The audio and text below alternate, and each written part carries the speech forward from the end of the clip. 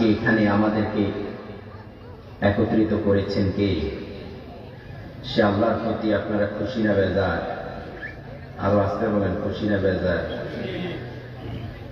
যে আল্লাহ আমাদেরকে একত্রিত করেছেন দুনিয়ার এত এত কাজের ভিড়ে, এত এত কাজের ফাঁকে আল্লাহ আমাদেরকে তিনার জন্য, তিনার কোরআন থেকে দু চারটা কথা শোনার জন্য, বলার জন্য একত্রিত করেছেন। আল্লাহ আমাদেরকে একটা ডেস্টিনেশন দিয়েছেন, বলেন তোমাদেরকে একটা পথ দিয়েছি যেটা ইহদিনাস সিরাতাল মুস্তাকিম, সঠিক এবং সরল পথ।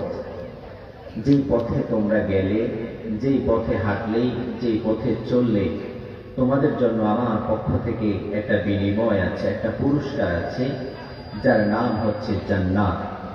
যদি আমার মতো চলতে পারো, আমি যে গাইডলাইন তোমাদেরকে দিয়েছি, যে প্রেসক্রিপশন দিয়েছি, এই অনুযায়ী যদি চলতে পারো, তাহলে আমি আমার গোলাম, আমি আমার বান্দীদের জন্য আল্লাহর অনিন্দ সুন্দর জান্নাতের ব্যবস্থা করে দিবেন। সুবহানাল্লাহ বলেন। এবং আল্লাহ বললেন, যদি এই অনুযায়ী যদি চলতে না পারো, তাহলে তোমাদের জন্য আরেকটা ডেস্টিনেশন আছে, যার নাম হচ্ছে নারুল্লাহ, আল্লাহর আগুন। আল্লাহ যেখানে বলেছেন ফি নারি জাহান্নামা খালিদিনা ফিহা আবাদা। যদি কেউ আমাকে সন্তুষ্ট করতে না পারে, তাহলে তার জন্য আমার জাহান্নাম একদিন দুদিনের জন্য নয়, অনন্তকাল, অনন্ত অসীম সে সময়, যে সময়ের কোনো শেষ হবে না, যে সময়ের কোনো নির্ধারিত ঠিকানা নেই, সেই ঠিকানাহীন জাহান্নামের মধ্যে জ্বলে পড়ে অনন্তকাল থাকতে হবে। আল্লাহ সেই জাহান্নাম থেকে আমাদেরকে হেফাজত করেন, পড়েন আমিন। আজকের এই প্রোগ্রাম যেহেতু মায়েদেরকে কেন্দ্র করে, আমরা চেষ্টা করব একজন নারী, একজন মা, একজন বোন কিভাবে আল্লাহর অনিন্দ সুন্দর জান্নাতে সহজে যেতে পারে সে বিষয় নিয়ে আলোকপাত করতে। আল্লাহ কবুল করেন, পড়েন আমিন। আমাদের এই সমাজ, এই রাষ্ট্র, পরিবার সুন্দর মায়েদের জন্য, আবার কিছু কিছু জায়গায় পরিবার, সমাজ, রাষ্ট্র অশান্তি মা বোনদের জন্য টিকে রাখে।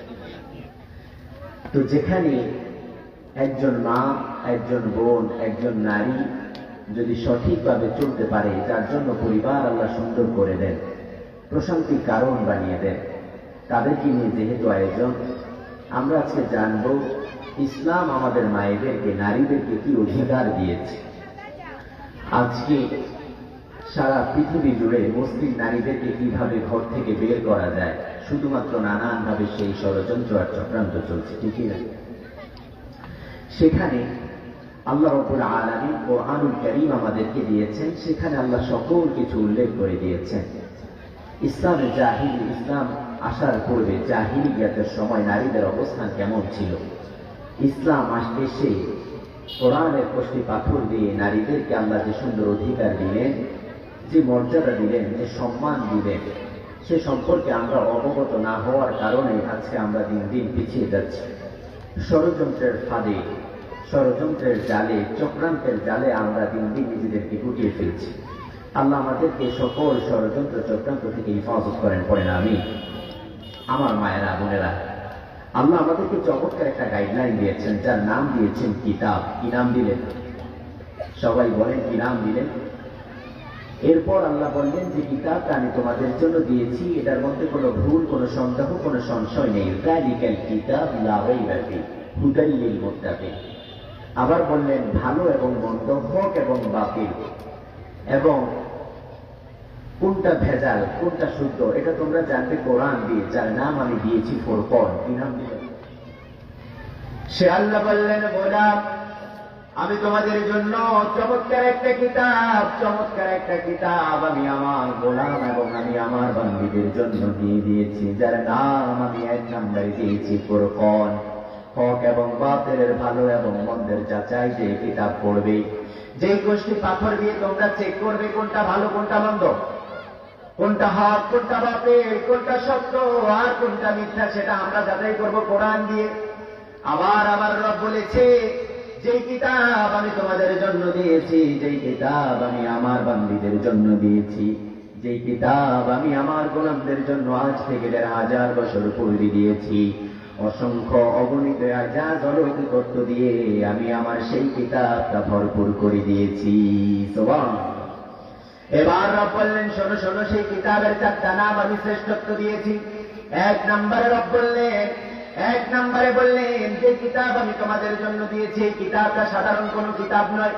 আমরা বললাম, আল্লাহ কেমন কিতাব, কেমন কিতাব আপনি আমাদের জন্য দিয়েছেন? আল্লাহ বললেন, গোলাম 1 নম্বর নাম আমি দিয়েছি কিতাবটা সম্মানিত কিতাব। 1 নম্বরে নাম বললেন, এই কিতাবের নাম হচ্ছে কারীম। ইন্নাহু লাকুরআনুন কারীম ফি কিতাবিন মাকনুন, ফি কিতাবিন মাকনুন। পড়েন আল্লাহু আকবার। আবার আল্লাহ বললেন, এই কিতাবটা সাধারণ কোন কিতাব নয়, এই কিতাব আমি প্রজ্ঞাময় করে দিয়েছি। কিতাবের নাম হচ্ছে কোরআনুল হাকিম। ইয়াসিন ওয়াল কোরআনিল হাকিম ইন্নাকা লামিনাল মুরসালিন। পড়েন আল্লাহু আকবার। আবার রব বললেন, সাধারণ কোন কিতাব আমি তোমাদের জন্য দেই না, এই কিতাবের নাম আমি দিয়েছি মাজিদ। সাধারণ কোন কিতাব আমি আমার গোলামদের জন্য, সাধারণ কোন কিতাব আমি আমার বান্দীদের জন্য দেই নাই। আমার রব বলেছে, তাওরাতের মতো কিতাব আমি তোমাদেরকে দেই নাই, জাবুরের মতো কিতাব আমি তোমাদেরকে দেই নাই, ইনজিলের মতো কিতাব আমি আমার বান্দীদের জন্য দেই নাই।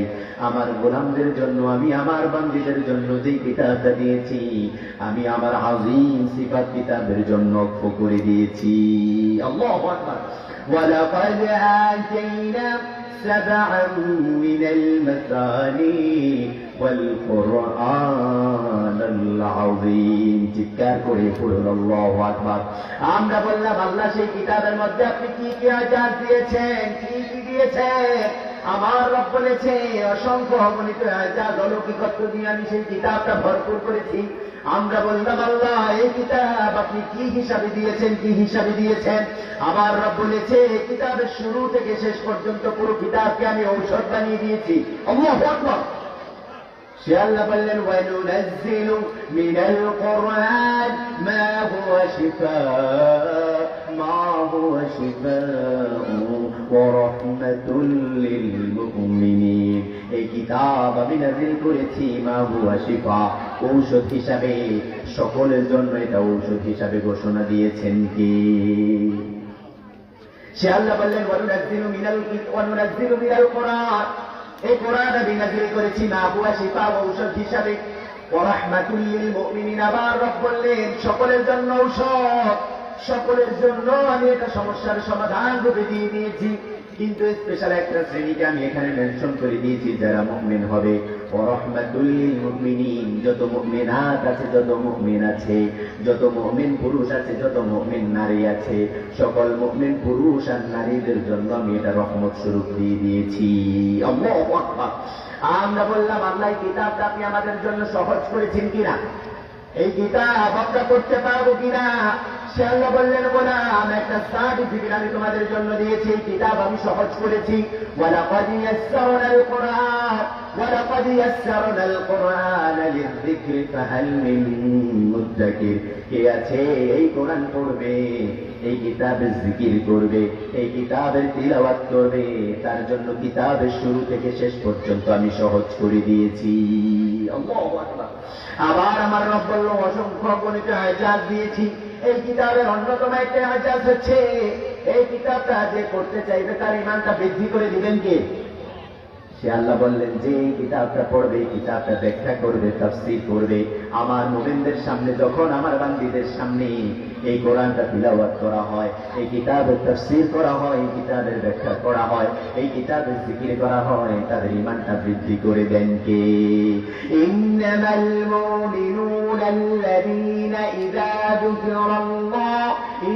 যুকিরাল্লাহু ওয়াজিলাত কুলুবুহুম ওয়া ইযা তুলিয়াত আলাইহিম আয়াতুহু যাদাতুহুম ঈমানা ওয়া আলা রাব্বিহিম ইয়াতাওয়াক্কালুন। পড়েন আল্লাহু আকবার। আমার রব বলেছে,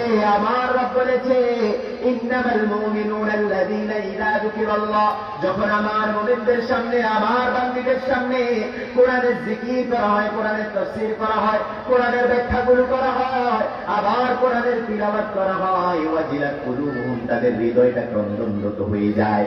এবার রব বললেন ওয়াইযা তুলিয়াত আলাইহিম আয়াতুহু, আর যখন কোরআনের নিদর্শনগুলো, কোরআনের আয়াতগুলো তাদের সামনে তুলে ধরা হয়, যাদাতুহুম ঈমানা, তাদের ঈমানটা আস্তে আস্তে আমি বৃদ্ধি করে দেই। ওয়া আলা রাব্বিহিম ইয়াতাওয়াক্কালুন, আমার ওই মুমিন, আমার ওই বান্দী, আমার ওই গোলাম পৃথিবীর কাউকে পরোয়া করে না। ওয়া আলা রাব্বিহিম ইয়াতাওয়াক্কালুন, কাউকে ভরসা করে না, তাওয়াক্কুল করে না, ভরসা করে কার? আরো আসতে বলেন, ভরসা করে কার? সে আল্লাহ বললেন, গোলাম, এই কিতাবটা এত চমৎকার ভাবে আমি তোমাদের জন্য দিয়েছি, ছন্দে ছন্দে মাখানো কিতাব, 114টা সূরা দিয়ে আমি তোমাদের জন্য একটা মুক্তোর মালা তৈরি করে দিয়েছি। সে আল্লাহ বললেন, এই কিতাবটা পড়ো। আবার আল্লাহ হাবিব বললেন, লাদাইনা কিতাবুন ইয়ানতিকু বিল হক, পৃথিবীর যত সত্য জিনিস আছে, যত সত্য জ্ঞান আছে, সকল কিছু আল্লাহ কোরআনের মধ্যে ঢুকিয়ে দিয়েছেন। এই কিতাব যে পড়বে, এই কিতাব যে মানবে, এই কিতাব যে শুনবে, এই কিতাব যে মান্য করবে, এই কিতাবটাকে নিয়ে আল্লাহ জান্নাতে চলে যাবে। আল্লাহু আকবার। আর এই কিতাব যে মানবে না, কিতাব যে পড়বে না, এই কিতাব যে শুনবে না, এই কিতাবটাকে লানতি আল্লাহর জাহান্নামে ঢুকিয়ে দিবে। নাউযুবিল্লাহ। আমরা বললাম, আল্লাহ কিতাবের মধ্যে আপনি কি কি দিয়েছেন? আমার রব বলেছেন, ওয়ানাজ্জালনা আলাইকাল কিতাবা তিবয়ানান লিকুল্লি শাইইন ওয়া হুদান ওয়া রাহমা ওয়া বুশরা লিল মুসলিমিন। পড়েন আল্লাহু আকবার। আবার রব বললেন, মা ফাররাতনা ফিল কিতাবি মিন শাইইন, কিতাবের মধ্যে আমি কোনো কিছু বাদ রেখেছি নাকি? যত সায়েন্স বলবেন, যত জ্ঞান বলবেন, কে কিভাবে রাজনীতি করতে হবে, কে কিভাবে পরিবার চালাতে হবে, স্বামী তার স্ত্রীর সাথে কিরূপ আচরণ করবে, স্ত্রী স্বামীর সাথে কেমন আচরণ করবে, পিতা মাতা সন্তানের সাথে কেমন আচরণ করবে, আবার সন্তান পিতা মাতার কি কি হক আদায় করতে হবে, প্রতিবেশী একজন আরেকজনের সাথে কেমন আচরণ করবে, সকল কিছু আল্লাহ কোরআনের মধ্যে দিয়ে দিয়েছেন। আল্লাহু আকবার। সে আল্লাহ বললেন, গোলাম, আমি আমার বান্দাদের জন্য যেমন অধিকার দিয়েছি, যেমনই ভাবে আমি আমার বান্দাদের জন্য অনেক ধরনের ফ্যাসিলিটিস দিয়েছি, যেমনই ভাবে তাদেরকে অনেক ধরনের আমল দিয়েছি, অধিকার দিয়েছি, আমি আমার মুমিন বান্দীদেরকে দিয়ে তেমনই ভাবে ধন্য করে দিয়েছি। সুবহানাল্লাহ। সে আল্লাহ বললেন, ইসলাম তোমাদেরকে নারীর কি কি অধিকার দেয় সেটা জানো নাকি? ইসলাম বলেছে, আমার ইসলাম বলেছে, আজকে আমাদের নারীরা দিন না জানার কারণে, ইসলাম না জানার কারণে, না বোঝার কারণে অনেক ধরনের ষড়যন্ত্র চক্রান্তের শিকার আছে না নাই? আরো আসতে বলেন, আছে না নাই? কিন্তু ইসলাম কি বলে দেখেন, আমার ইসলাম বলেছে, আমার ইসলাম বলেছে, হুন্না লিবাসুল লাকুম ওয়া আনতুম লিবাসুল লাহুন্না, হুন্না লিবাসুল লাকুম ওয়া আনতুম লিবাসুল লাহুন্না, তোমরা একে অপরের পোশাক সমূহ একে অপরের পোশাকের মতো। একজনের পোশাক ছাড়া যেমন তার লজ্জা, একজন পুরুষ, একজন পবিত্র নারী ছাড়া তেমন একজন নারীর জন্য একজন পবিত্র পুরুষ তেমনই অবস্থা। আল্লাহু আকবার। আবার সে আল্লাহ বললেন, ইয়া আইয়ুহান নাসু তাকু রাব্বাকুমুল্লাযী খালাকাকুম মিন নাফস واحدة وخلق منها زوجها وبث منهما رجالا كثيرا ونساء। হে মানব জাতি, আল্লাহ বললেন, ইয়া আইয়ুহান নাস, ও দুনিয়ার মানুষেরা শোনো শোনো, ইত্তাকু ইত্তাকু রাব্বাকুমুল্লাযী খালাকাকুম মিন নাফস, তোমরা সেই রবকে ভয় করো, একজনকে ভয় করো যিনি তোমাকে সৃষ্টি করেছে, একটা প্রাণ হতে সৃষ্টি করেছে, ওয়াহিদা ওয়া খালাকা মিনহা যাওজাহা, এবং সেখান থেকে তোমাদের নারীদেরকে সৃষ্টি করা হয়েছে। এরপর রব্বুল আলামিন বললেন, আস্তে আস্তে সারা পৃথিবীতে আমি অসংখ্য অগণিত নারী এবং পুরুষদেরকে আমি আস্তে আস্তে ছড়িয়ে দিয়েছি। সুবহানাল্লাহ। আল্লাহ এখানে নারীদের কথা বলেছেন, একইভাবে পুরুষদের কথা বলেছেন। কোথাও আল্লাহ এককভাবে নারীদের কথা বলেন নাই, এককভাবে পুরুষদের কথা বলেন নাই। যেখানে জান্নাতের কথা এনেছেন সেখানে আবার জাহান্নামের আলোচনা আছে না নাই? যেখানে নবীদের কথা বলেছেন সেখানে আবার মুশরিকদের কথা আছে না নাই? যেখানে তাগুত কুফরের কথা বলেছেন সেখানে আবার মুমিনদের কথা তুলে দিয়েছেন কি? সে আল্লাহ বললেন, গোলাম তোমাদেরকে আমি আমার নারীদেরকে আমি কি কি অধিকার দিয়েছি জানো নাকি?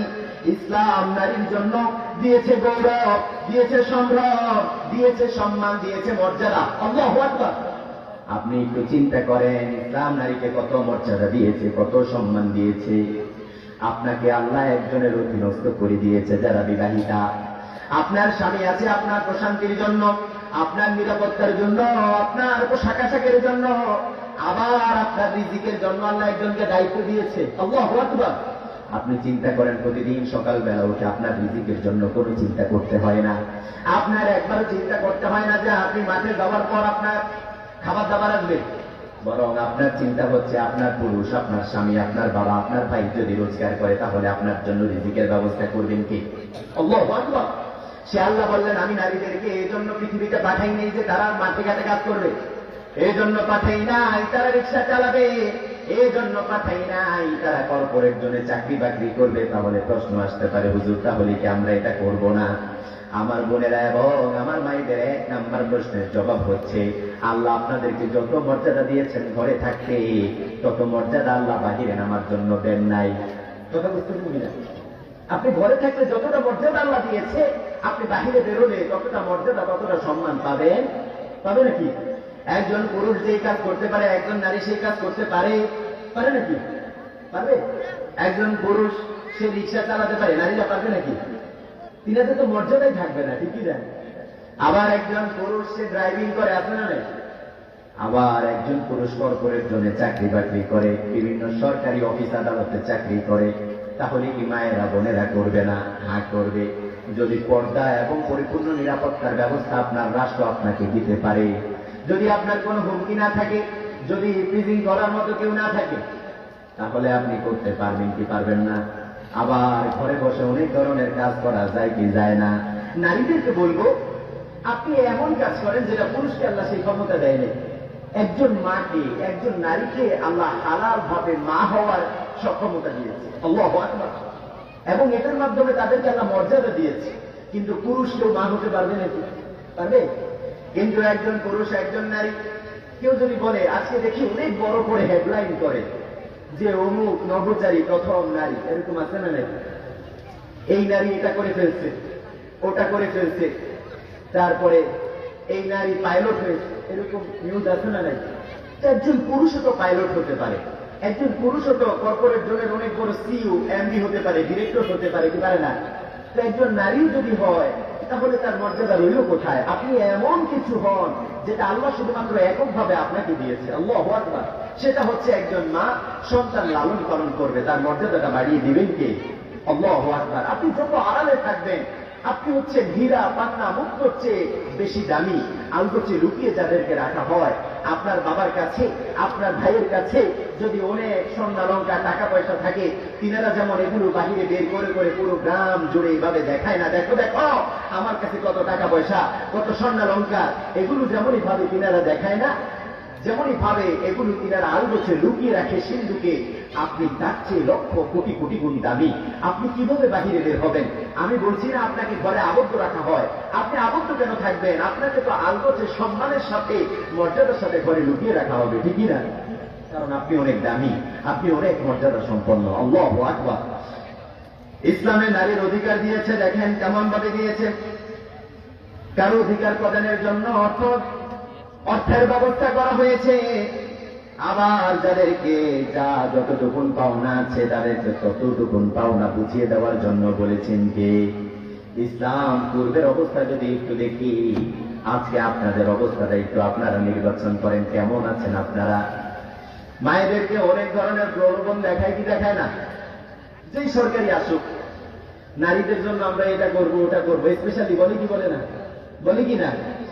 এটা একটা পশ্চিমা ষড়যন্ত্র। কি ষড়যন্ত্র? পশ্চিমা ষড়যন্ত্র। পশ্চিমারা চায় যেভাবে নারীদেরকে কাজে লাগানো যায়, তাদেরকে পণ্য হিসাবে ব্যবহার করা যায়, নাউজুবিল্লাহ বলেন না? তাদেরকে ভোগের জন্য ব্যবহার করা যায়, নাউজুবিল্লাহ বলেন? কিন্তু ইসলাম বলে না, তারা এজন্য নয়, তারা পণ্য নয়, তারা আমাদের মা, আমাদের প্রশান্তির স্ত্রী, তারা আমাদের হৃদয়ের ভুল। তাদেরকে যত আলগোছে রেখে দেওয়া যায়, তাদের মর্যাদারা বাড়িয়ে দিবেন কে? একজন পুরুষ। এখন যে বলা হয় যে এখন বলা হয় একজন পুরুষের স্যালারি হচ্ছে ধরে 30,000 টাকা। কত মাসিক বেতন? কত? 30 থেকে 35 ধরে নিলাম। একটা ক্যালকুলেশন করি যে না, অত একই জায়গায় একজন নারীকে যদি 15 থেকে 20,000 টাকা দেয়, সে কি খুশি? কারণ কেন? তার উপরে তো কারো দায়িত্ব নেই। তার বাবা মাকে চালানোর দায়িত্ব তার উপর নেই, তার বৃদ্ধ পিতা মাতাকে চালানোর জন্য তার উপর দায়িত্ব নেই, তার সন্তানকে চালানোর জন্য তার দায়িত্ব নেই। সে চিন্তা করে আমি যা পাই তাই তো আলহামদুলিল্লাহ, কারণ তার স্বামী আছে, স্বামী আয় রোজগার করে। কিন্তু একজন পুরুষ, তার তো 30-35,000 টাকাও পোষায় না, কারণ তার বৃদ্ধ পিতা মাতা আছে, তার স্ত্রী সন্তান আছে, তার আত্মীয় স্বজন আছে। সকল কিছু মেনটেন করলে তার আরো বেশি লাগবে কি লাগবে না? লাগবে কি না? তো যারা চিন্তা করলো, পশ্চিমারা চিন্তা করলো, যেহেতু নারীদেরকে আমরা অল্প টাকায় পেয়ে যাচ্ছি, কিন্তু শ্রম একই, পুরুষ 8 ঘন্টা কাজ করবে, নারীরাও 8 ঘন্টা কাজ করবে। 8 ঘন্টা কাজের বিনিময়ে পুরুষকে আমার দিতে হচ্ছে 40,000, 30,000, নারীদেরকে 15,000 দিলেই তো আমি পাচ্ছি, ঠিক কিনা? তাহলে আমরা নারীদেরকে কেন নিব না? এই যে একটা থিওরি তারা অ্যাপ্লাই করে, নারীদের কর্মসংস্থান, তাদেরকে ঘর থেকে বের করে কিভাবে এখন সয়লাভ করে দেওয়া যায়, মূলত লাভবান হচ্ছে তারা, আর ইসলাম এবং আমাদের মায়েদের ক্ষতি হচ্ছে, বেশি ক্ষতিগ্রস্ত হচ্ছে তারা, আমরা। নাউজুবিল্লাহ বলেন না? আল্লাহ আমাদের মায়েদেরকে বুঝার তৌফিক দান করেন, পড়েন আমিন। আমার মায়েরা, আজকে আমরা একটু কম্পারিজন করব, একটু কম্পেয়ার করব ইসলাম আপনাদেরকে কেমন মর্যাদা দিয়েছে এবং ইসলাম ছাড়া অন্যান্য ধর্মে তাদের মর্যাদা, তাদের সম্মানটা কেমন, এটা একটু আমরা দেখব। তাহলে প্রকৃত রূপে আপনারা বুঝতে পারবেন আল্লাহ আপনাদেরকে কতটুকু সম্মান দিয়েছে। যদি আমরা একতরফা বলতেই থাকি যে ইসলাম আপনাকে এটা দিয়েছে, এটা দিয়েছে, ওটা দিয়েছে, আপনারা তো বুঝতে পারবেন না আসলে অন্যান্য ধর্মের অবস্থাটা কেমন, আর আপনার ধর্ম, আল্লাহ যে আপনাকে পাঠিয়েছে কতটা মর্যাদা দিয়ে পাঠিয়েছে। এক নম্বরে আমরা যদি যাই, ইসলাম আসার পূর্বে জাহিলিয়াতের সময়, কখন? আইয়ামে জাহিলিয়া মানে হচ্ছে অন্ধকারের যুগ। কি যুগ? অন্ধকারের যুগ। যে যুগে কোনো দিন ছিল না, ইসলাম ছিল না। আমার প্যারা হাবিব মুহাম্মদুর রাসূলুল্লাহ সাল্লাল্লাহু আলাইহি ওয়াসাল্লাম আসার আগের যুগে নারীদেরকে যে একজন পুরুষ যতজন ইচ্ছা ততজন নারীদেরকে স্ত্রী হিসাবে গ্রহণ করতে পারত, এর জন্য নারীদের কোনো মর্যাদা ছিল না। একজন পুরুষ চাইলেই তার স্ত্রীকে কারো কাছে বিক্রি করে দিতে পারত। নাউজুবিল্লাহ বলেন না? একজন পুরুষ তার স্ত্রীকে চাইলে কাউকে গিফট হিসাবে এমনি দিয়ে দিতে পারত। নাউজুবিল্লাহ বলেন না? একজন পুরুষ যদি ঋণগ্রস্ত থাকতো, তাহলে চাইলেই তার স্ত্রীকে সে ঋণের বিনিময়ে দিয়ে দিতে পারত। নাউজুবিল্লাহ বলেন? কোন মর্যাদা ছিল? পণ্যের মতো ব্যবহার করা হতো, টাকার বিনিময়ে ব্যবহার করা হতো। একজন পুরুষ চাইলেই যে কোনো সম্ভ্রান্ত পুরুষের কাছে তার স্ত্রীকে পাঠিয়ে দিত। নাউজুবিল্লাহ বলে? কোন সম্মান, কোন মর্যাদা, কোন লজ্জা ছিল? কিন্তু ইসলাম এসে আমার মায়েদেরকে, আমার নারীদেরকে, আমার কন্যাদেরকে, আমার বোনদেরকে কতটা মর্যাদা দিয়েছে। সুবহানাল্লাহ বলেন? এবার সে আল্লাহ বললেন, গোলাম, আমি তোমাদেরকে, আমার বান্দীদেরকে অসংখ্য অগণিত নিয়ামত দিয়ে আমি আমার বান্দীদের জীবনটা উজালা করে দিয়েছি। ইসলাম আসার পূর্বে একজন নারী যখন সমাজে জন্ম নিত, তখন তাকে জীবন্ত মাটি দেওয়া হতো। কি করা হতো? জীবন্ত কি করা হতো? জীবন্ত মাটিতে পুঁতে ফেলা হতো। আপনি একটু চিন্তা করেন, আপনার বাড়িতে, আপনার বাড়ির আশেপাশে অসংখ্য অগণিত বিড়াল, ইঁদুর আছে না নাই? অসংখ্য অগণিত কুকুর আছে না নাই? আপনি কখনো পারবেন নাকি একটা কুকুরের বাচ্চাকে জীবন্ত মাটিতে পুঁতে ফেলতে? পারবেন? একটা বিড়াল ছানাকে পারবেন নাকি? ইঁদুরের বাচ্চাকে পারবেন নাকি? এতটুকু মানবিকতা আমাদের মধ্যে আছে না নাই? কিন্তু আইয়ামে জাহিলিয়াতে একজন কন্যা সন্তান যখন জন্ম নিত, ওই পিতা মাতা মনে করতো এটা আমাদের জন্য লজ্জার। ওয়াইদাল মাউউদাতু সুইলাত বিআইয়ি যামবিন কুতিলাত বিআইয়ি যামবিন কুতিলাত।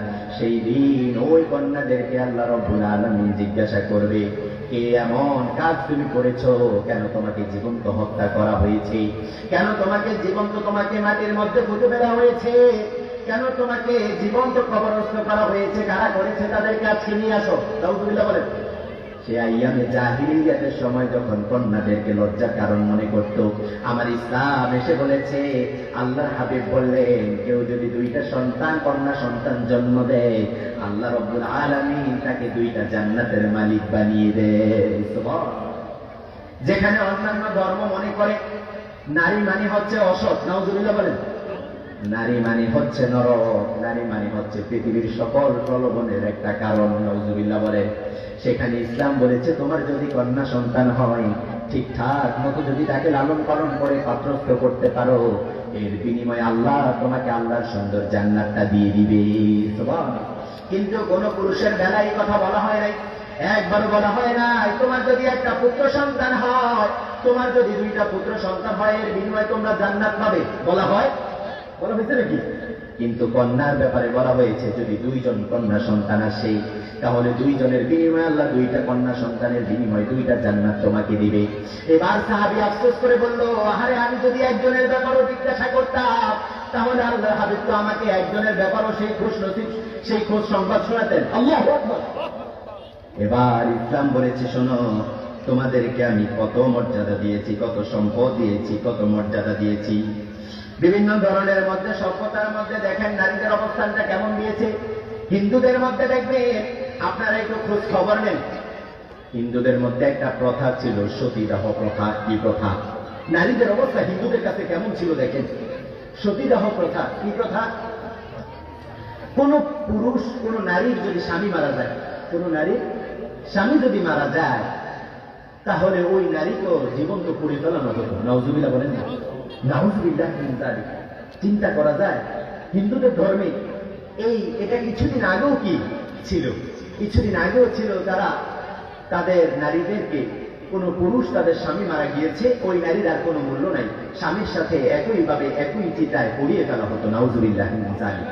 যেখানে আমার ইসলাম বলেছে, যদি তোমার স্বামী যদি ইন্তেকাল হয়ে যায়, তুমি 3টা ইদ্দত পালন করার পর আবার অন্যত্র চাইলে বিবাহের ব্যবস্থা করে দিবেন কে?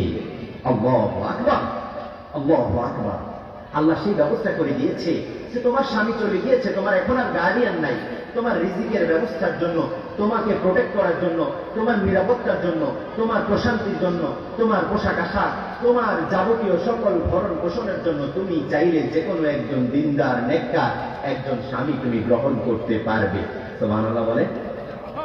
আবার আপনি যদি একটু বৌদ্ধ ধর্মের দিকে লক্ষ্য করেন, বৌদ্ধ ধর্মের মধ্যে নারীদের ব্যাপারে কি বলা আছে? এখনো বৌদ্ধ ধর্মের মধ্যে নারীদের ব্যাপারে বড় ধরনের একটা ভ্রান্ত ধারণা আছে। তারা নারীদেরকে মনে করে নারীরা হচ্ছে যত ধরনের পাপ আর অন্যায় আছে, এই সকল পাপ আর অন্যায়ের মূল হচ্ছে নারী। নাউজুবিল্লাহ বলেন। তারা বলে তাদের মতো পাপী নারী, তাদের মতো পাপী প্রাণী আর এই পৃথিবীতে নাই। নাউজুবিল্লাহ বলেন। অথচ আল্লাহ আমাদের নারীদেরকে কতটা সম্মান দিয়েছে, কতটা মর্যাদা দিয়েছে, কত সম্মানিত করেছে নারীদেরকে, মায়েদেরকে। আল্লাহর হাবিবের কাছে এসে এক সাহাবী বলছে, ইয়া রাসূলুল্লাহ, ভালোবাসা পাওয়ার ক্ষেত্রে, আবার হক অধিকার পাওয়ার ক্ষেত্রে সবচেয়ে প্রাধান্য আমি কাকে দিব? আল্লাহর হাবিব বললেন, তোমার মা। সাহাবী আবার বলল, ইয়া রাসূলুল্লাহ, তারপরে কাকে দিব? এবার আল্লাহর হাবিব বললেন, তোমার মা। এরপর আল্লাহর হাবিব বললেন, এরপর যখন জিজ্ঞাসা করা হলো, ইয়া রাসূলুল্লাহ, তারপরে কাকে দিব? এবার আল্লাহর হাবিব বললেন, অবশ্যই তোমার মা। সাহাবী একটু বিরক্ত হয়ে গেলেন, কারণ সাহাবী ভালোবাসতেন বাবাকে। কাকে? সাহাবী ভালোবাসতেন বাবাকে। তার মুখের মধ্যে বিরক্তির একটু ছাপ দেখা গেল, কেন আমার বাবার কথা বলছে না? এবারও আল্লাহর হাবিব চাইলেন যে আমি এবারও তার বাবার কথা না বলে তার মার কথাই বলবো। তারপরেও সাহাবী তার আল্লাহর হাবিব এই সাহাবীকে সন্তুষ্ট করার জন্য বলল, ঠিক আছে, তোমার বাবাকে। 4 নাম্বার সময়, কোন বর্ণায় এসছে 6 নাম্বার সময় আল্লাহর হাবিব বলল, তোমার বাবাকে। এর আগে 5 বার, এর আগে 4 বার, 3 বার আমার মায়েদের জন্য অধিকার দিয়েছেন কি? আল্লাহু আকবার। এবার যদি আপনি একটু ইহুদি ধর্মের দিকে তাকান, ইহুদি ধর্মের মধ্যে এখনো তাদের ধর্মে বলা আছে, একজন সতী নারীর চেয়ে, একজন পুণ্যবতী নারীর চেয়ে একজন পাপী পুরুষ তার চেয়ে উত্তম। নাউজুবিল্লাহ বলেন। একজন পাপী পুরুষ একজন সতী নারীর চেয়ে উত্তম। পৃথিবীতে যত ধরনের অপকর্ম হয়, পৃথিবীতে যত ধরনের পাপ হয়, ইহুদিদের ভাষ্য মতে সকল পাপের মূল হচ্ছে নারী। নাউজুবিল্লাহ বলেন। কিন্তু আপনার ইসলাম বলেছে আমি আমার পুরুষদেরকে আমার গোলামদেরকে যেমনই ভাবে অধিকার দিয়েছি, যেমনই ভাবে তাদেরকে সম্মানিত করেছি, যেমনই ভাবে তাদেরকে আমি দায়িত্ব দিয়েছি, আবার তেমনই ভাবে আমি আমার বান্দীদের জন্য, আমি আমার গোলামদের জন্য, আমি আমার বান্দীদের জন্য প্রশান্তির কারণ হিসাবে দিয়ে দিয়েছি। একজন মা চাইলে একজন পুরুষের চেয়ে অনেক গুণ বেশি মর্যাদা সম্পন্ন হতে পারে কি পারে না? একজন মা তার সন্তানকে যদি লালন পালন করে সঠিকভাবে লালন পালনের মাধ্যমে এর লক্ষ কোটি কোটি গুণ যাজা তাকে দিয়ে দিবেন কে? সুবহানাল্লাহ বলেন না। এবার আপনি একটু চীন সভ্যতার দিকে তাকান, খ্রিস্ট ধর্মের দিকে একটু তাকান। খ্রিস্টান ধর্মে কি বলা আছে? খ্রিস্ট ধর্মের মধ্যে নারীরাই সকল যত ধরনের নরক আছে, মানে যত জাহান্নাম আছে সকল জাহান্নামের দরজাই হচ্ছে নারী। নাউজুবিল্লাহ বলেন। তারা চিন্তা করে আল্লাহ যত নরক বানাইছে, যত জাহান্নাম বানিয়েছে, সকল জাহান্নামের প্রবেশদ্বার হচ্ছে নারী। সপ্তদশ শতাব্দীতে কাউন্সিল অব দ্য ওয়ার্ল্ড এর অধিবেশনে সর্বসম্মতিক্রমে এই সিদ্ধান্তই গ্রহীত হয় যে নারীদের কোনো আত্মা নাই, তাদের কোনো হৃদয় নাই, তাদের কোনো প্রাণ নাই। নাউজুবিল্লাহ বলেন। কিন্তু আমার ইসলাম বলেছে নারীদেরকে আমি কোমলতা দিয়ে বানিয়েছি, নারীদেরকে আমি প্রশান্তির কারণ বানিয়েছি, তাদেরকে আমি প্রশান্তির বস্তু হিসাবে আমি আমার গোলামদের জন্য বানিয়েছি। আল্লাহু আকবার। আপনি যদি একটু মায়ের দিকে তাকান, কেমন যেন আপনার হৃদয়টা শীতল হয়ে যায় কি যায় না? আপনি যখন ছোট ছিলেন আপনার মা আপনাকে কত সুন্দর করে লালন পালন করেছে, সোহাগ বড় মায়ায়, সোহাগ বড় মমতায় আপনার মা আপনাকে কতটা আদর যত্ন করে বড় করেছে। এই যে কোন করে শীতের মধ্যে নিচে থেকেছে, কিন্তু সন্তানকে কখনো শীতের মধ্যে রাখছে নাকি? আবার আপনি যদি বোনের দিকে তাকান, একজন ভাই বোনের সম্পর্ক সবচেয়ে মধুর হয় কি হয় না?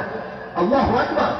এবার আপনি যদি আপনার স্ত্রীর দিকে তাকান, কত প্রশান্তির জন্য আল্লাহ আপনাকে তাকে দিয়েছে। আল্লাহু আকবার। আপনি দেখবেন সারাদিন শেষে, ক্লান্তি শেষে, পরিশ্রান্ত শরীর নিয়ে, হৃদয় নিয়ে যখন আপনি ঘরে ঢুকবেন, তার চেহারাটা দেখার সাথে সাথে, একটু কথা বলার সাথে সাথে হৃদয়টা কেমন যেন প্রশান্ত হয়ে যায় কি যায় না? আল্লাহু আকবার। আবার আপনি আপনার শেহজাদি কন্যাদের দিকে একটু তাকান, আপনার কন্যারা এত মায়াবী হয়। আপনি দেখবেন যাদের সন্তান ছেলেও আছে মেয়েও আছে, বাবাদের জন্য মেয়ে সন্তানটা কেমন যেন রহম, ঠিক কিনা?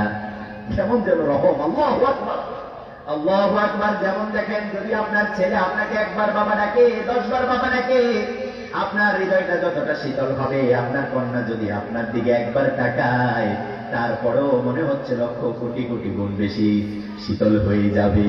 সুবহানাল্লাহ।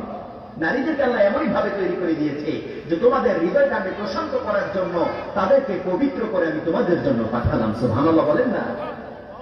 এবার আপনি একটু চীন সভ্যতার দিকে তাকান, সেই জাতি, সেই উপজাতি, তারা বলছে নারীদের অবস্থার বিবরণ দিতে গিয়ে এক চীনা নারী বলতেছে, কে বলতেছে? এক চীনা নারী, চীনের এক নারী বলতেছে বিখ্যাত, যে মানব সমাজে নারীদের স্থান হচ্ছে সর্বনিম্ন। নাউজুবিল্লাহ বলেন না। তারা তাদের নারীদেরকে কোনো সম্মান দেয় নাই, কোনো মর্যাদা দেয়নি, কোনো অধিকার। কিন্তু আপনার ইসলাম বলেছে সকল অধিকার আমি নারীদেরকে দিয়েছি কি দেই নাই? আল্লাহু আকবার। কেমন অধিকার দিয়েছে জানো নাকি? আবার তাদেরকে বলা হয় অদৃষ্টের কি নির্মম পরিহাস, নারীদের সর্বাপেক্ষা হতভাগ্য প্রাণী। নারীদেরকে হতভাগ্য প্রাণী বলেছে চীন। কে বলেছে? চীন। আজকে আমাদের নারীরা শুধুমাত্র নিজের পায়ে দাঁড়াবে। কি করবে? নিজের পায়ে দাঁড়াবে। মনে হচ্ছে ছোটবেলা থেকে অন্যের পায়ে দাঁড়িয়েছে। অবস্থাটা এমন, মনে হচ্ছে একটা চাকরি পেলে বিরাট কিছু হয়ে গেছে। আহারে আমার মা, আল্লাহ আপনাকে পবিত্র হিসাবে পৃথিবীতে পাঠিয়েছে। আপনি একটা জোনে যাবেন, সেখানে পুরুষ আছে না নাই? তাদের সাথে কথা, তাদের সাথে বার্গেন, বাগবিতণ্ডতা, তর্কাতর্কি আছে না নাই? আছে না নাই? কিন্তু আপনি যত ঘরে থাকবেন, ততই আপনার জন্য মর্যাদার সম্মান বাড়িয়ে দিবেন কে? সুবহানাল্লাহ বলেন না। আবার যে নারী যত বেশি পর্দা করে, তার মর্যাদা কম না বেশি? সুবহানাল্লাহ বলেন। কিন্তু ইসলামের বাইরে সবাই চায় নারীদেরকে কিভাবে বিলাসিতার কারণ হিসাবে আনা যায়, কিভাবে ভোগের, কিভাবে পণ্যের মতো ব্যবহার করা যায়। নাউজুবিল্লাহ বলেন না। বিভিন্ন প্রতিষ্ঠান বিভিন্ন বিভিন্ন শপিং মল, বিভিন্ন সুপার শপে দেখবেন তাদের রিসিপশনে, তাদের হোটেলগুলোতে রিসিপশনে একজন সুদর্শনা, একজন সুন্দরী সুশ্রী মহিলাকে দাঁড় করিয়ে রাখে কি রাখে না, রাখি কিনা, যেন তাদের এই সৌন্দর্য অন্যদেরকে একটু আকৃষ্ট করে আর তারা কিছু কাস্টমার পায়। এমন চিন্তা ভাবনা আছে না নাই? আছে না নাই? আহা, যেখানে আল্লাহ বললেন না আমি আমার বান্দীদেরকে এই জন্য তৈরি করি নাই, মাত্র 5,000, 10,000, 15,000, 20,000 টাকার বিনিময়ে নারীরা তাদের চেহারা খুলে দিচ্ছে, নাউজুবিল্লাহ বলেন না? আহা, আফসোস এই নারীর জন্য। গ্রিক সভ্যতায় বলছে, বিখ্যাত গ্রিক দার্শনিক সক্রেটিস বলছেন নারী জগতে বিশৃঙ্খল এবং ভাঙ্গনের সবচেয়ে শ্রেষ্ঠ উৎস, নাউজুবিল্লাহ বলেন না? যে বিশৃঙ্খলার জন্য নারী নাকি সর্বশ্রেষ্ঠ, কিন্তু আমার ইসলাম বলেছে না, শৃঙ্খলার জন্য, ঘর সুন্দর রাখার জন্য নারীদেরকে আমি পাঠিয়েছি। সুবহানাল্লাহ বলে। তার কাজ হচ্ছে ঘর সুন্দর রাখবে, পরিপাটি করে রাখবে, সুগন্ধি দিয়ে রাখবে, আর সৌন্দর্য দিয়ে রাখবে। কারণ একজন পুরুষ চাইলে ঘর অতটা সুন্দর করতে পারে না, একজন নারী চাইলে পারে কি পারে না? পারে কিনা? সুবহানাল্লাহ বলেন। এবার নারীর অধিকার মর্যাদা সম্পর্কে ইসলাম কি বলছে দেখেন। আল্লাহ বললেন ওয়ালাকাদ কাররামনা বনি আদম ওয়া হামালনাহুম ফিল বাররি ওয়াল বাহর ওয়া রাযাকনাহুম মিনাত তাইয়্যিবাত ওয়া ফাদ্দালনাহুম আলা কাসীরিন মিম্মান খালাকনা তাফদীলা। ওয়ালাকাদ কাররামনা বনি আদম, ও সানাফ আদম, ও বনি আদম, ও আদমের সন্তানেরা শোনো শোনো, তোমাদেরকে আমি সৃষ্টি করেছি, সম্মানিত করেছি, আমি তোমাদেরকে মর্যাদা দিয়েছি। আল্লাহু আকবার। কে বলেছেন? কে বলেছেন? আল্লাহ বলেছেন আমি তোমাদেরকে মর্যাদা দিয়েছি, আমি তোমাদেরকে সম্মানিত করেছি। এমনি এমনি বলেন নাই, বললেন জলস্থলে আবার রিজিকের ব্যবস্থা করে দিয়েছি, তোমাদেরকে সবার শ্রেষ্ঠ হিসাবে আমি ঘোষণা দিয়ে দিয়েছি। আল্লাহু আকবার। আল্লাহ রাব্বুল আলামিন নারী পুরুষ উভয়কে সম্মান দিয়েছেন।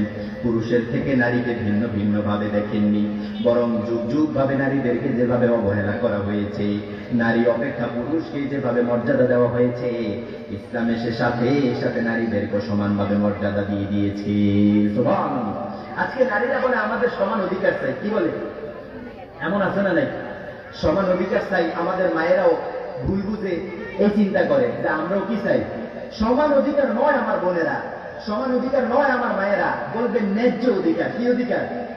ন্যায্য অধিকার। যদি সমান অধিকার চান তাহলে তো পুরুষরা কয়েকদিন পরে মাঠে নামবে যে আমি যেহেতু 8 ঘন্টা কাজ করি মাঠে, আমার স্ত্রীও করতে হবে। আছে না নাই? এরকম চিন্তা আসে না নাই? তো যে পুরুষ মাঠে এমন রোদের মধ্যে, প্রখর রোদের মধ্যে সে 8 ঘন্টা কাজ করতে পারে, তার শরীর থেকে ঘাম বের হয়ে অবস্থা খারাপ, আপনি তো ওখানে 2 ঘন্টা টিকবেন না, দেখুন ঠিকই না? কারণ নারীদেরকে আল্লাহ পুরুষের চেয়েও বহু গুণ কোমলতা দিয়ে তৈরি করেছে। আল্লাহু আকবার। বিষয়টা হবে ন্যায্য অধিকার। কি হবে? ন্যায্য অধিকার, সম অধিকার নয়। সম অধিকার হচ্ছে নাস্তিকদের জন্য, মুশরিকদের জন্য।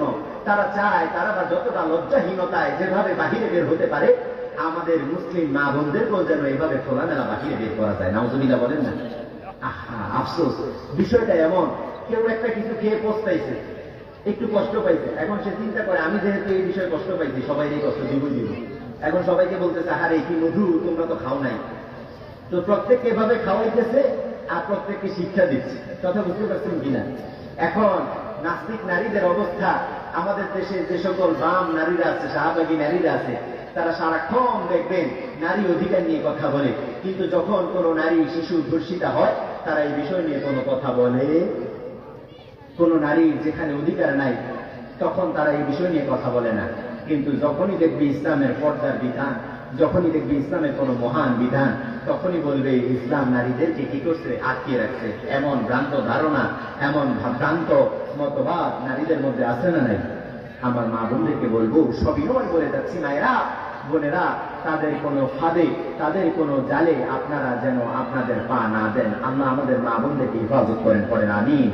আমাদের মা বোনদেরকে আল্লাহ হেফাজত করেন, পড়েন আমিন।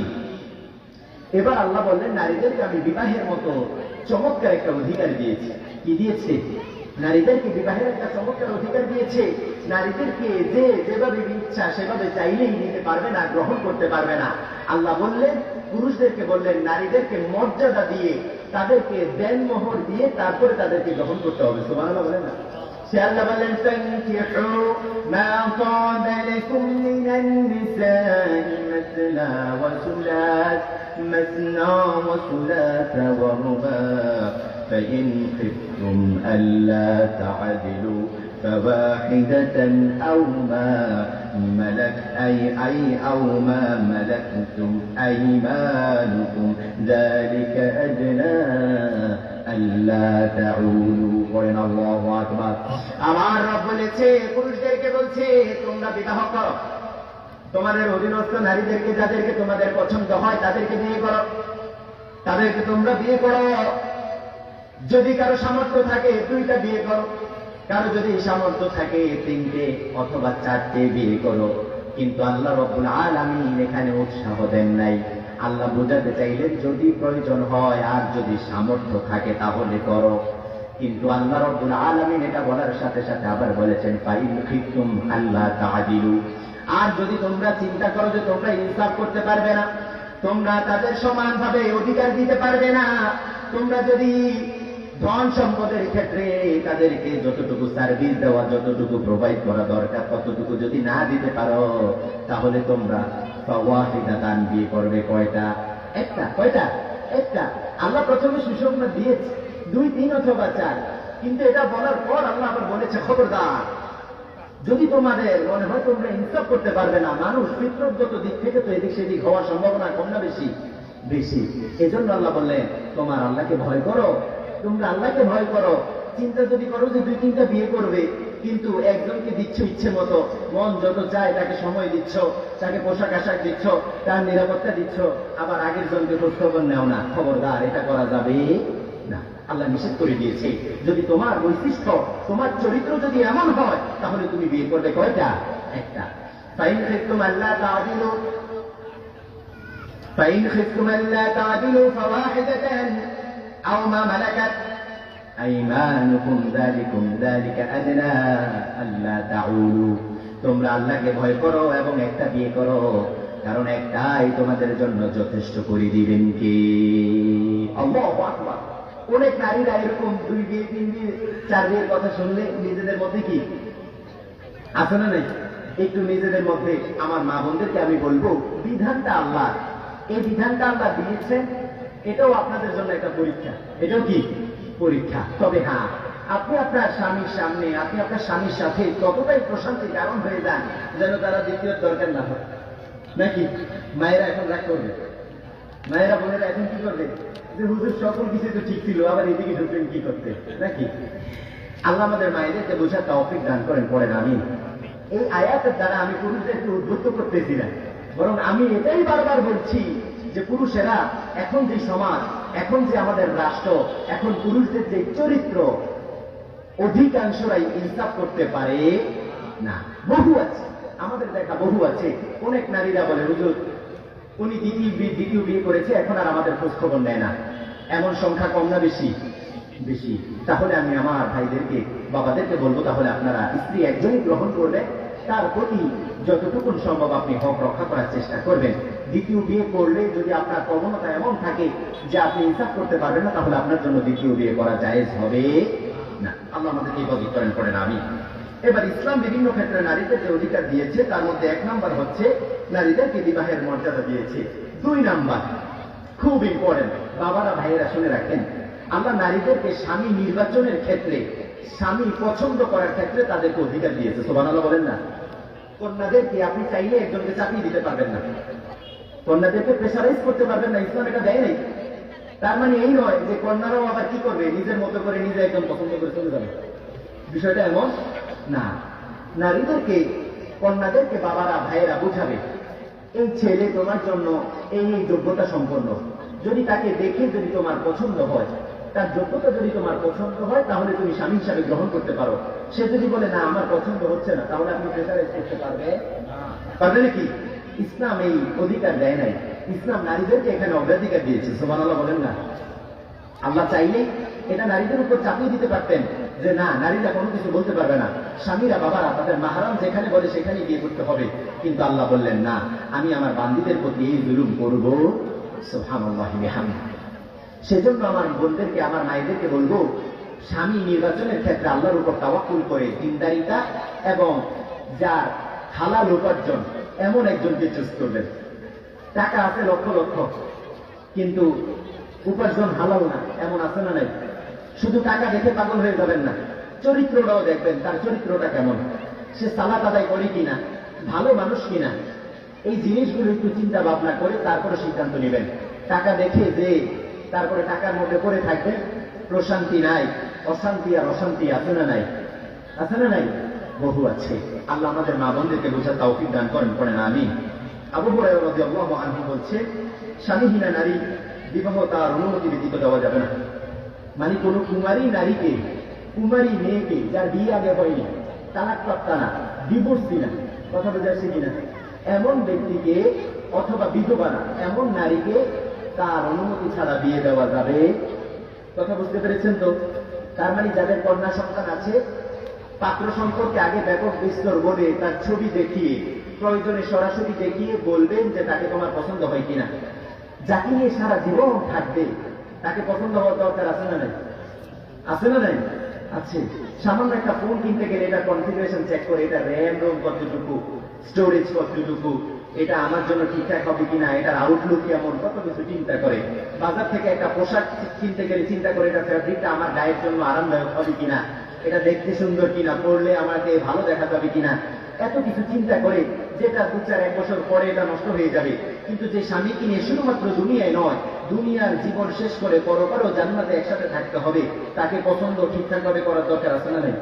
তো তাকে আপনি কিভাবে চাপিয়ে দেন? একজন যে কোনো কারোর সাথে বয়সের ডিস্টেন্সটা চেক করবেন, তার চরিত্রটা কেমন চেক করবেন, শারীরিক কোনো অসুস্থতা আছে কিনা সেটা চেক করবেন, সকল কিছু দেখে তারপরে কন্যাকে বিয়ে দিবেন, যেন বিয়েটা যত দ্রুত হয়, যেন ভাঙনটা তত দ্রুত না হয়। এখন ঘরে ঘরে ফাটল আর ভাঙন আসছে না নাই? আল্লাহ আমাদের মা বোনদেরকে, আমাদের বাবাদেরকে হেফাজত করেন, পড়ে না আমি। স্ত্রী হিসাবে নারীকে অধিকার ও মর্যাদা দান, এটা তো বলেছি। মোহর দানের যে অধিকার, সুবহানাল্লাহ বলেন না? নারীকে আপনি বিয়ে করবেন এমনি এমনি না, আল্লাহ বলল তাদের সম্ভ্রমের জন্য কিছু মোহর তাদেরকে দাও, সুবহানাল্লাহ বলেন। আপনি আপনার সাধ্য মতো উভয় পক্ষ কথা বলে, খবরদার এটা আবার ওই যে ফুলসজ্জায় আপনার বাসরে আপনি কি করবেন, মাপ চেয়ে নেবেন নাকি? খবরদার, এটা করা যাবে। একজন নারী তার বাবার বাড়ি থেকে আপনার বাড়িতে আসছে, সবাই নতুন, আপনিও নতুন, আপনার সাথে তার আগে কথা হয়নি, বোঝা হয়নি, আপনি কেমন, প্রথম রাতেই যদি আপনি বোকার মতো তার কাছে মাপ চেয়ে বসেন যে আমি তো মোহর দিতে পারতেছি না, প্রেসারে আমি বলে ফেলছি। কাপুরুষ কিনা? তারা কি কাপুরুষ? তারা পুরুষ না। তুমি বিয়ে করতে আসছো কেন? আহাম্মক, নির্লজ্জ, ঠিক না? আমাদের নারীরা, আমাদের মায়েরা, তারা সরল হয়, লজ্জাবতী হয়, লজ্জার কারণে চিন্তা করে যে প্রাণের স্বামীকে আমি গ্রহণ করছি, প্রথম রাতেই কি তার কাছে আমি টাকা পয়সা নিয়ে কি বাদ বিতণ্ডতায় জড়াবো নাকি? ঠিক আছে, আপনি দিতে না পারলে সমস্যা নেই, এমন বলে কি বলে না? কিন্তু আপনি তার প্রতি জুলুম করলেন। কি করলেন? জুলুম করলেন। বিয়ের আগে তার সাথে কথা বলে নিবেন যে আপনার বাবা, আপনার ভাই আমার কাছে দেনমোহর হিসাবে এত লক্ষ টাকা দাবি করে, কিন্তু আমার উপার্জন, আমার এতটুকু সক্ষমতা না। আমি মনে করি দেনমোহরটা বিবাহ বিচ্ছেদ কিংবা বিবাহ টিকে থাকার বিষয় নয়, আমার এতটুকু সামর্থ্য আছে, আমি এতটুকু নগদ আমি কি করতে পারবো, এতটুকু আমি আপনাকে প্রোভাইড করতে পারবো, এতটুকু দিতে পারবো। হ্যাঁ, যদি আপনার চাহিদা থাকে তাহলে হয়তো আমি এতটুকু দিতে পারবো, বাকিটা আমি ওয়াদা করলাম আমি এতদিনের মধ্যে, এটা আপনি পাও না, এটা আমি আপনাকে পরিশোধ করে দিব। সেই টাকা দিয়ে আপনি কি করবেন না করবেন সেটার একান্ত মালিক আপনি, সেটা আমি জানি না। কথা বুঝতে পারছেন কিনা? নাকি কি করবেন, 5 লাখ টাকা দেন মোহর, 2 লাখ টাকা দেন মোহর দিয়ে বলবেন চলেন এটা আমরা ডিপোজিট করে রাখি, বা এটা দিয়ে বলবেন যে দেন এটা দিয়ে আমি ব্যবসা করি, এটা করা যাবে নাকি? এই অতিরিক্ত মোহরের কথা আছে এই এলাকায়। মা বোনদেরকে বলবো, বাবাদেরকেও বলবো, যারা কন্যা বিয়ে দিবেন, একইভাবে আপনিও তো ছেলে সন্তানেরও বাবা, ঠিক না? ছেলে সন্তানেরও বাবা, খবরদার অতিরিক্ত মোহর, অতিরিক্ত মোহর কোনো বাহাদুরি নয়। আর অতিরিক্ত মোহরেও যে আপনার বিয়ে টিকে যাবে বিষয়টা এমন না, খবরদার। অতিরিক্ত মোহর দিয়ে পুরুষের বিয়ে কঠিন করে দিবেন না। এমন বহু নারীও আছে তার বিবাহের প্রয়োজন হয়, কিন্তু বাবা, ভাই তারা অতিরিক্ত মোহরের কারণে যোগ্য পাত্রের কাছে তাদেরকে দিতে পারে না, এমন আছে না নাই? আল্লাহ আমাদের বাবা ভাইদেরকে বুঝার তৌফিক দান করেন, পড়েন আমিন। আল্লাহ আমাদেরকে হেফাজত করেন, পড়েন আমিন। এটা আপনাদেরকে আল্লাহ সম্মানিত করে দিয়েছেন, সেখানে যদি আপনি জোর জোর জবরদস্তি করেন তাহলে বিষয়টা তো খারাপ দেখা যায়, ঠিক না? আল্লাহ আমাদের মা বোনদেরকে বুঝার তৌফিক দান করেন। এছাড়াও আল্লাহ আপনাদেরকে মোহরের মাধ্যমে যেটা হালাল করেছেন পুরুষের জন্য, আল্লাহ সেটা সহজভাবে বোঝার তৌফিক দান করেন। আল্লাহ আমাদেরকে সকলকে কবুল ও মঞ্জুর করে নেন, পড়েন আমিন। পরিশেষে নারীদেরকে সহজে জান্নাতে যাওয়ার জন্য আল্লাহ হাবিব সাল্লাল্লাহু আলাইহি ওয়াসাল্লাম 4টা প্রেসক্রিপশন দিয়েছেন। কয়টা? 4টা। মা বোনদেরকে বললে, মায়েরা বোনেরা একটু মনোযোগ দেন। মা বোনদের অনেকের কথার আওয়াজ এসে আসছে, এটা বেবানান। মায়েরা বোনেরা মনোযোগ দেন। আল্লাহ জান্নাতে যাওয়ার জন্য আল্লাহ হাবিব বললেন 4টা কাজ করতে হবে। কেউ যদি এই 4টা কাজ করে তাহলে আল্লাহর অনিন্দ সুন্দর জান্নাতের সার্টিফিকেট আমি নবী তাদেরকে দিয়ে দিব। সুবহানাল্লাহ বলে। 1 নম্বরে বললেন আল মারাতু ইযা সাল্লাত খামসাহা, কোন নারী যদি আল্লাহর জান্নাতে যেতে চায়, আল্লাহর অনিন্দ সুন্দর জান্নাতের যে দরজা দিয়ে ইচ্ছা প্রবেশ করতে চায়, ওই নারীকে আমার পক্ষ থেকে আমি 4টা কাজ দিলাম। 1 নম্বর কাজ আমি তাদের জন্য দিলাম 5 ওয়াক্ত সালাত আদায় করতে হবে। কয় ওয়াক্ত? 5 ওয়াক্ত সালাত আদায় করতে হবে সময় মতো, ওয়াক্ত মতো। আবার আল্লাহ বললেন আমার মুমিনেরা সফলতা অর্জন করে ফেলেছে। কোন মুমিন? সে আল্লাহ বললেন قد أفلح المؤمنون الذين هم في صلاتهم خاشعون। আমার মুমিনেরা সফলতা অর্জন করে ফেলেছে। কোন মুমিন? আমার রব বলেছে সেই মুমিন যারা খুশু ভাবে সময় মতো ওয়াক্ত মতো সালাত আদায় করে, তারা সফল হয়ে গিয়েছে। সুবহানাল্লাহ। 1 নম্বর কাজ তাহলে কি? 5 ওয়াক্ত ফরজ সালাত। 2 নম্বর কাজ বললেন সওমাত শাহরহা, এই যে রমজানুল মুবারক এখন আসছে, আল্লাহর হাবিব যখন রমজান কাছাকাছি চলে আসতো রজব এবং শাবান মাসে একটা দোয়া বেশি বেশি করতেন, আল্লাহুম্মা বারিক লানা ফি রজব ওয়া শাবান ওয়া বাল্লিগনা রমাদান। 2 নম্বরে বললেন সওমাত শাহরহা, যখন রমজানুল মুবারক তোমাদের মাঝে আসবে, রমাদানুল কারীম তোমাদের মাঝে আসবে, তখন তোমরা সিয়ামটা ঠিকঠাক ভাবে রাখো, খবরদার সিয়ামটা যেন নষ্ট না হয়ে যায়। সাহাবায়ে কেরাম আজমাইন বললেন ইয়া রাসূলুল্লাহ সিয়ামটা কিভাবে নষ্ট হয়ে যায়? এবার আল্লাহর হাবিব বললেন 2টা কারণে সিয়ামটা নষ্ট হয়ে যায়। 1 নম্বরে বললেন ভিক্ষা দিবেন, যখন কোন মিথ্যেবাদী মিথ্যে কথা বলে তখন তার সিয়ামটা নষ্ট হয়ে যায়। 2 নম্বরে বললেন আল গীবা, যখন কেউ গীবত করে, পরনিন্দা করে, অন্যের ব্যাপারে চুগলখড়ি করে, তখন তার সিয়ামটা সাথে সাথে নষ্ট হয়ে যায়। মা বোনেরা, এই 2টা কাজ করা যাবে, মিথ্যে কথা বলা এবং কি করা? গীবত করা। এই 2 কাজ করা যাবে, খবরদার। 3 নম্বরে বললেন তাআত বালাহা, স্বামীর আনুগত্য করতে হবে। ফরজ করলেন কে? স্বামীর আনুগত্য ছাড়া আপনি আল্লাহর জান্নাতে যেতে পারবেন না। বহু নারী আছে স্বামীর সাথে ধমক দিয়ে কথা বলে, আছে না নাই? কথায় ধমক দেয়। স্বামী কথা একটা বললে 3টা ফেরত দেয়, এমন আছে না নাই? কথা একটা বললে কি করবে? কথা একটা বললে 3টা ফেরত দিবে। কয়টা? এমন আছে না নাই? 3টা ফেরত দিবে। আমার মায়েরা বোনেরা, যে স্বামী আপনার নিরাপত্তার কথা চিন্তা করে, যে স্বামী আপনার পোশাক আশাকের কথা চিন্তা করে, যে স্বামী আপনার এত কিছু করার চিন্তা করে, আপনার প্রশান্তির চিন্তা করে, আপনার সন্তানের কথা চিন্তা করে, সেই স্বামীর সাথে আপনি ঝিটকি দিয়ে ধমক দিয়ে কথা বলেন কেন? এটা তো মানা যায় নাকি? এটা আল্লাহ বরদাস্ত করবেন? বহু আছে সারাদিন কষ্ট করে বিকেলে স্বামী সন্ধ্যায় আসছে, দরজায় নক করেছে, কোন খবর নেই দরজা খোলা, তিনি তিনার কাজে ব্যস্ত। আল্লাহ হাবিব বলল তোমার স্বামী যখন তোমাকে ডাকে, খবরদার সকল কাজ ফেলে দ্রুত স্বামীর কাছে চলে আসো। সুবহানাল্লাহ। আল্লাহ হাবিব একটা উপমা দিলেন, একটা উদাহরণ দিলেন। যদি তুমি রুটির খামিরও করতে থাকো কিচেনে, তোমার রান্না করে, তাহলেও সেটা ফেলে দ্রুত স্বামীর কাছে চলে আসো। সুবহানাল্লাহ।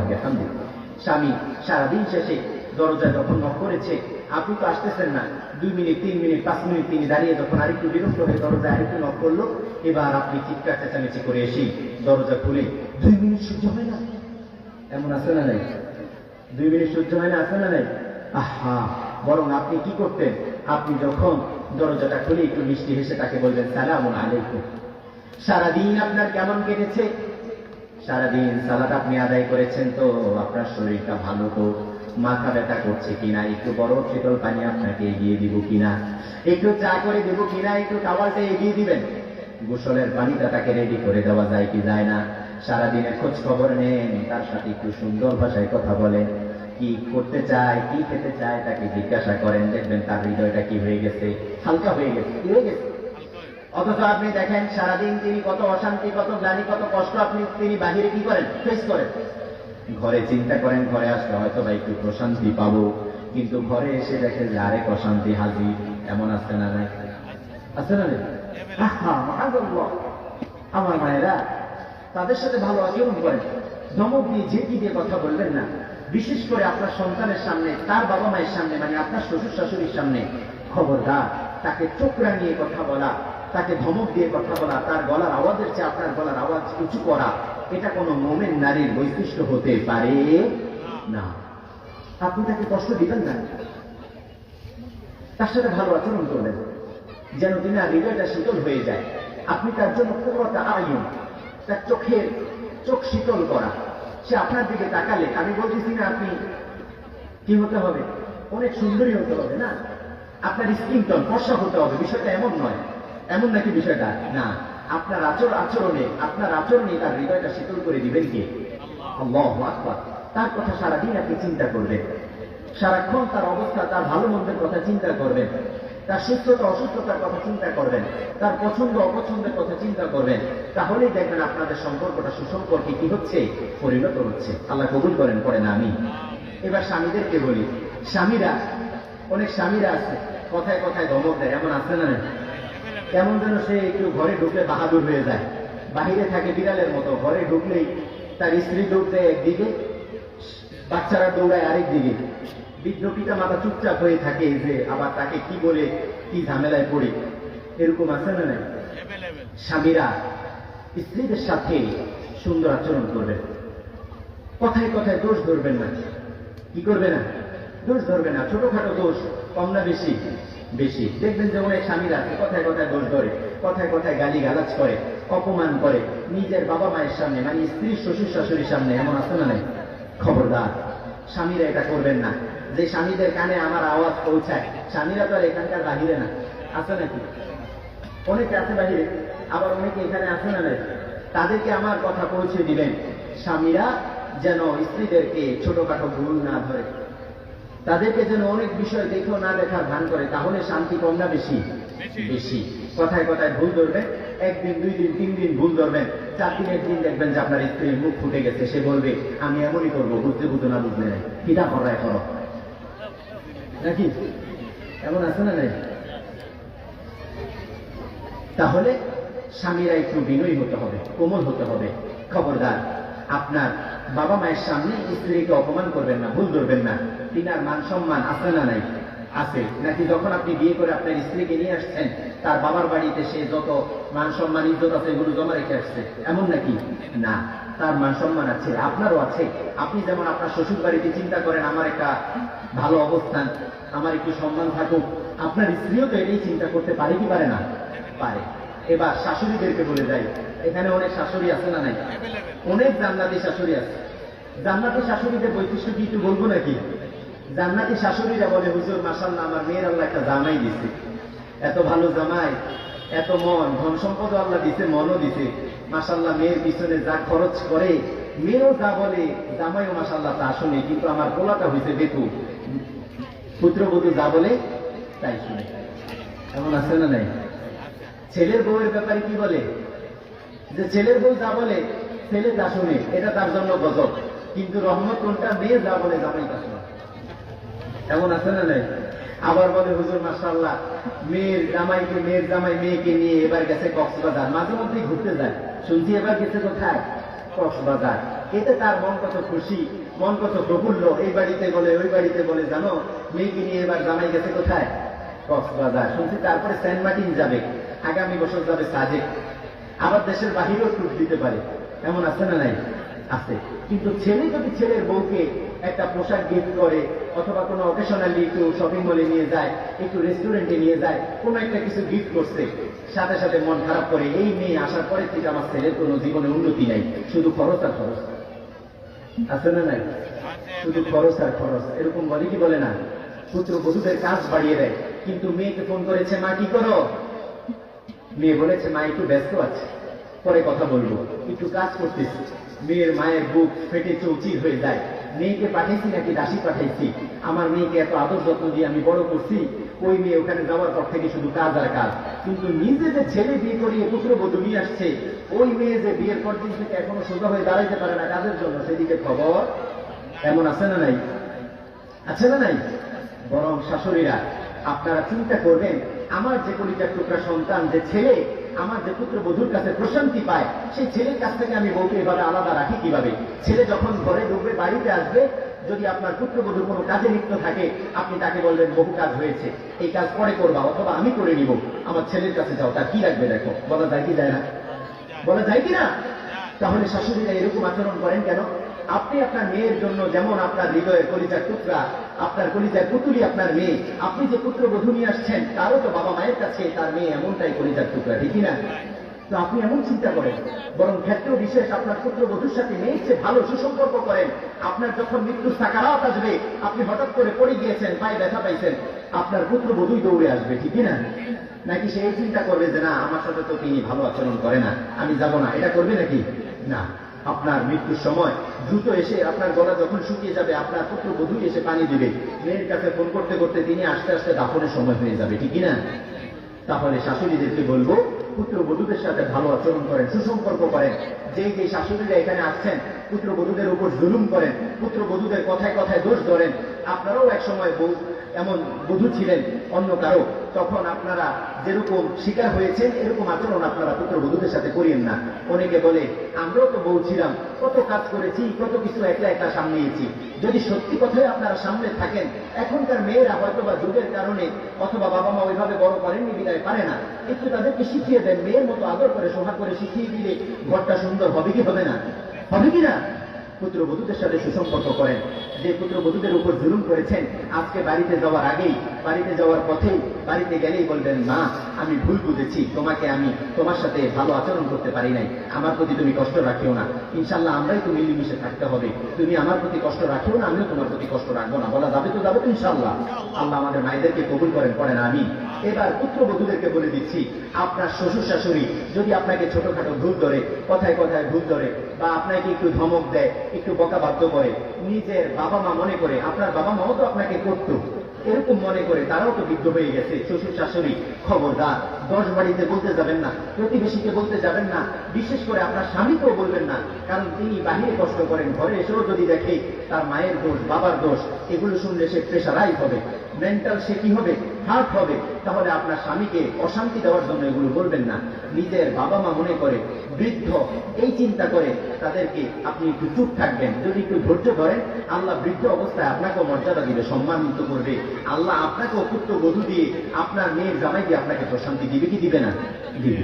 ধৈর্যের ফলটা খুব মিষ্টি হয় আমার মায়েরা, ধৈর্যের ফল খুব মিষ্টি হয়। সুতরাং মা বোনেরা, শ্বশুর শাশুড়ি পুত্রবধূদের সাথে, পুত্রবধূরা শ্বশুর শাশুড়িদের প্রতি কোমল হবেন, বিনয়ী হবেন, একজন আরেকজনের দোষ ধরবেন না, একজন আরেকজনের প্রতি কোনো হার্ট হবেন না, একজন আরেকজনের প্রতি যত কোমল হবেন, বিনয়ী হবেন, আল্লাহ ওই সংসারগুলোকে সুন্দর করে দিতে পারেন কি পারেন না? আল্লাহ আমাদের ঘরগুলোকে জান্নাতি ঘর হিসাবে কবুল করে নেন, পড়ে না আমিন। মায়েদের জন্য, বোনদের জন্য 4 নাম্বার প্রেসক্রিপশন আল্লাহর হাবিব বলেছে, হাফিজত ফুরুজাহা, লজ্জাস্থান হেফাজত করতে হবে। লজ্জাস্থান হেফাজতের যে বিষয়টা আল্লাহর হাবিব বলেছেন, এটা আমি এভাবে বর্ণনা করি যে লজ্জাস্থান তো অনেক দূরে, we can't imagine about that, এটা আমরা চিন্তা কল্পনাও করতে পারি না, বরং আমরা এভাবে বলবো যে আল্লাহ আপনাকে, লজ্জাস্থান তো অনেক পরের কথা, আল্লাহ আপনাকে পর্দাটা সুন্দর করে করতে বলেছেন। আপনার গায়ের রং, আপনার স্কিন টোন হাফসি কালো নাকি ফর্সা, এটা কেউ দেখবে না। আপনার ফেস, আপনার লিপস, আপনার চোখ, আপনার নোজ, আপনার কান, এগুলো কেউ দেখবে না। এগুলো যদি কেউ দেখতে হয়, অনেক মায়েরা, অনেক বোনেরা আমি দেখি এখন সুদর্শন সুন্দর বোরকা, অনেক স্টাইলিশ বোরকা এখন পাওয়া যায়, পড়ছে, ফেসটা খোলা রাখছে, সুন্দর করে হিজাব করে, আবার মুখে সুন্দর করে মেকআপ করে, তারপরে ড্রেসিং এর সামনে দাঁড়িয়ে তারপরে দেখে নিজেকে কেমন লাগে, যদি সুন্দর লাগে তারপরে বের হয়, এমন আছে না নাই? গায়ে পারফিউম দিয়ে বের হয়, আছে না নাই? আল্লাহ হাবিব বললেন, কিয়ামতের কঠিন দিনে এক শ্রেণীর নারীরা আছে যারা ব্যভিচারিণী ছিল না, জিনা করে নাই, তারপরও জিনার গুনাহ মাথায় নিয়ে তারপরে কিয়ামতের দিন রবের সামনে দাঁড়াবে। তারা হচ্ছে, আল্লাহ হাবিব বললেন, এটা খুব ভয়ঙ্কর, যে নারীরা গায়ে পারফিউম দিয়ে বাজারে বের হয়েছে, ঘর থেকে বের হয়েছে। নারীদেরকে বলবো, খবরদার, আপনার গায়ে পারফিউম দিয়ে আপনি ঘর থেকে বের হবেন না।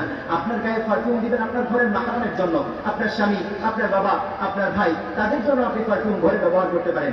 বাহিরে যাওয়ার সময় শরীরে স্প্রে, বডি স্প্রে কিংবা কোনো প্রকার সেন্ট, কোনো প্রকার পারফিউম, কোনো প্রকার উটুর আপনি ব্যবহার করতে পারবেন না। বরং যদি ব্যবহার করেন, আল্লাহ বলল ওই নারী ব্যভিচারিণী হিসাবে আমার সামনে দাঁড়াবে। নাউজুবিল্লাহ বলেন না। আমার মায়েরা বোনেরা, পর্দাটা ঠিকঠাক ভাবে করেন। আপনার হাসি কেউ দেখবে না, চোখ কেউ দেখবে না, মুক্তর মতো আপনি আলগোছে লুকিয়ে থাকবেন, নিজের শরীরটাকে ঢেকে রাখবেন। এমন পোশাক করবেন না যে পোশাক দ্বারা আপনার শরীরের কতটুকু আপনি স্লিম, কতটুকু আপনি ফ্যাটি, এটা যেন বোঝা না যায়। এবং এতটা পাতলা পোশাক করবেন না যতটুকু পাতলা পোশাক করলে আপনার চেহারার অবয়ব, শরীরের অবয়ব বোঝা যায়, আপনার স্কিন টনটা বোঝা যায়, আপনার হাসি বোঝা যায়। আপনার চোখটা খোলা রাখবেন না, এটা নিষেধ। যদি খোলাও রাখেন, খবরদার এটাকে আকর্ষণীয় করবেন না। আল্লাহ আমাদের মা বোনদেরকে হেফাজত করেন, বোঝার তৌফিক দান করেন, পড়েন আমিন। চারটা কথা বললাম। আল্লাহর হাবিব বলেন, 1 নাম্বার কি করতে হবে? 5 ওয়াক্ত সালাত। 2 নাম্বার সিয়াম। 3 নাম্বার স্বামীর আনুগত্য। স্বামী যেটাকে হ্যাঁ বলবে, স্বামী যেটাকে পছন্দ করবে, নিঃশর্তে নিঃসংকোচে সেটাকে মেনে নেওয়া। স্বামী যেটা অপছন্দ করবে, স্বামী যেটা নিষেধ করবে, নিঃশর্তে নিঃসংকোচে সেটাকে মেনে নেওয়া।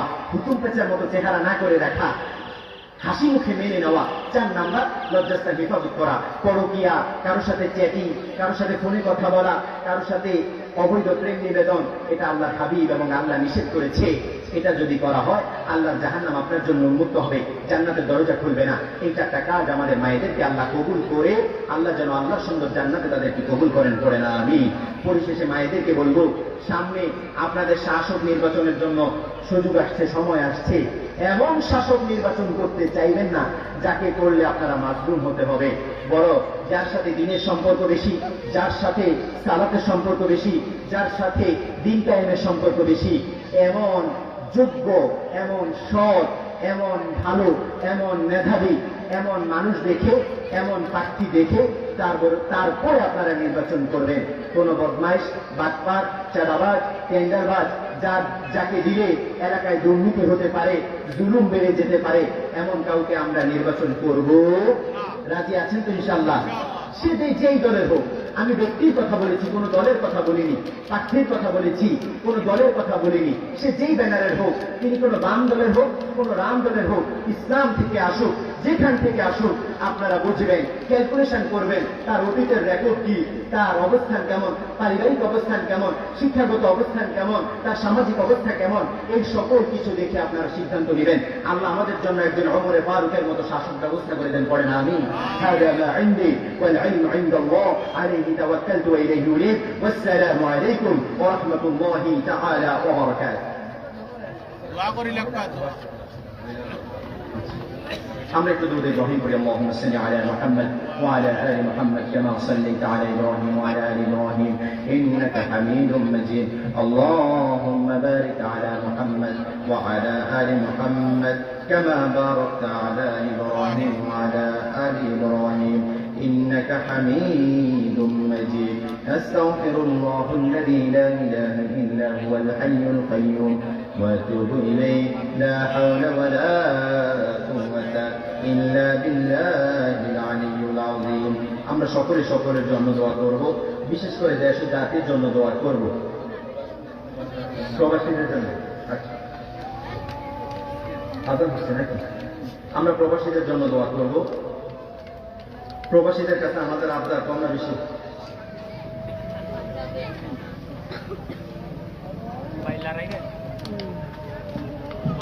প্রবাসীদের জন্য আমরা দোয়া করব, কারণ তাদের পরিশ্রম কম না বেশি? আমাদের জন্য তাদের কোরবানি ত্যাগ কম না বেশি? প্রবাসীদের কাছে আবদার একটু কম করবেন। যে কোনো ছোট আবদার, বড় আবদার, সকল কিছু প্রবাসীদের কাছে যা লাগবে। একটা নাপা ট্যাবলেট লাগলেও ফোন করে বলে, এক পাতা নাপা ট্যাবলেট আছে, এমন আছে না নাই? খবরদার, প্রবাসী ছেলে হোক, প্রবাসী স্বামী হোক, প্রবাসী ভাই হোক, তাদের কাছে যত আবদার কম করবেন, তারা বলবে কি লাগবে আমাকে বলবেন, কি লাগবে আমাকে বলো। বারবার তারা এভাবে অফার করবে, আপনারা বলবেন না। কথা বুঝতে আসছে কিনা?